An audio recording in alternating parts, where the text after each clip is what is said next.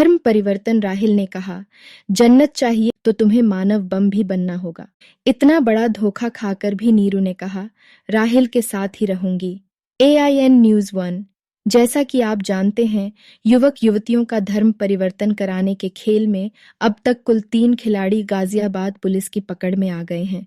इनमें एक इंजीनियर है, एक डॉक्टर और एक किसी कॉल सेंटर का कर्मचारी।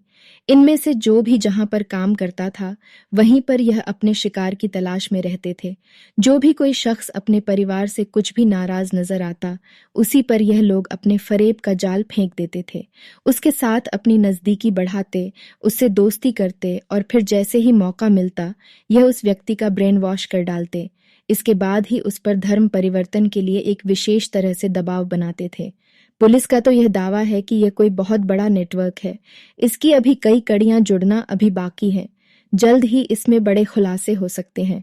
बता दें, गाजियाबाद के ही खोड़ा की रहने वाली लड़की नीरू बिष्ट के परिजनों ने पुलिस को बताया था कि उनकी बेटी किसी राहिल से घंटों चैट किया करती थी। इस पूरे चैट का रिकॉर्ड निकलवा कर उसे प्रिंट कराया गया। ये कुल 30 पेज में आया। इसमें एक चैट में तो राहिल नीरू से कह रहा है कि किसी की भी असली जिंदगी मौत के बाद शुरू होती है और अच्छे काम करने वालों को ही मौत के बाद में जन्नत मिलती है, और इस जन्नत पाने के लिए बहुत सारे पापड़ बेलने पड़ते हैं। अगर तुम्हें भी जन्नत चाहिए तो तुम्हें मानव बम भी बनना होगा।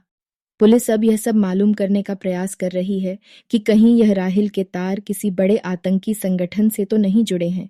इस मामले में अभी खुफिया और सुरक्षा एजेंसियां भी अपनी पड़ताल कर रही हैं। सबके सामने सबसे अहम सवाल यही है कि आखिर इस नीरू को मानव बम बनने के लिए कहने के पीछे इस राहिल का मकसद क्या था। जान ले अपना जाल बिछाने के बाद धर्म परिवर्तन के लिए लोगों को उकसाते हैं। यह जमाती राहिल ने पुलिस की कड़ी पूछताछ में यह भी बताया कि नेपाल और कर्नाटक से ही जमात में आए लोगों ने ही उसे इस प्रकार से धर्म परिवर्तन कराने के लिए उकसाया। जब उसने अपना धर्म परिवर्तन कर लिया तो फिर उसे इन जमातियों के पास ले जाया गया था। वहां जमातियों ने इससे कहा था कि जैसे तुम अब इस्लाम में आए हो, वैसे ही और लोगों को भी इस्लाम में लेकर आओ। पुलिस का यहां तक कहना है कि इस नेटवर्क में जुड़े सभी लोगों को इस मामले में आरोपी बनाया जाएगा। इन गिरफ्तार आरोपियों से ATS ने भी काफी पूछताछ की। जल्द ही इस मामले में और भी एजेंसियां जानकारी करने के लिए आ सकती हैं। पुलिस का यह कहना है कि जरूरत पड़ी तो इन आरोपियों को रिमांड पर भी लिया जाएगा। इस मामले में धोखा खाकर भी नहीं मानी नीरू। बोली, राहिल के साथ ही रहना है। पुलिस का भी कहना है कि राहिल नीरू को पहली बार ही राहुल बनकर मिला था। इसने बताया कि वह पहले राहुल था, अब वह राहिल है। लेकिन उसने उसे यह नहीं बताया कि उसकी शादी भी अब्दुल्ला की बहन इकरा से हो चुकी है। जब उसे लगा कि नीरू उसके फरेब के जाल में पूरी तरह से फंस चुकी है, तब उससे कहा कि वह उससे शादी करना चाहता है। नीरू इसके लिए आसानी से राजी नहीं हो रही थी। इस पर उसने उसे अपने साथ ऑनलाइन निकाह के लिए राजी किया। इसके बाद वह कहने लगा कि इस्लाम में ऑनलाइन निकाह भी मान्य नहीं है। इस पर नीरू ने कुछ दिन का इंतजार के लिए कहा तो राहिल ने एक फर्जी कहानी बना दी। बोला, उसके परिवार वाले अब उस पर निकाह के लिए काफी ज्यादा दबाव डाल रहे हैं और वे लड़की भी पसंद कर चुके हैं। लड़की के नाम पर उसने अपनी ही पत्नी इकरा का फोटो भेज दिया। पुलिस ने बताया कि इन सब बातों का पता चल जाने पर भी यह लड़की नीरू यही कह रही है कि उसे तो राहिल के साथ ही रहना है। उसने नीरू को अपने साथ ऑनलाइन निकाह के लिए राजी किया। इसके बाद कहा, इस्लाम में ऑनलाइन निकाह भी मान्य नहीं है।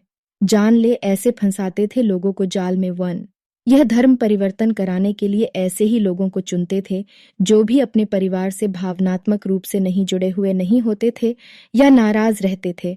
2 ये लोग ऐसे लोगों से भावनात्मक रूप से काफी हद तक जुड़ जाते थे और खुद को भी उनकी तरह दुखी या परिवार से प्यार न पाने वाला बताते थे।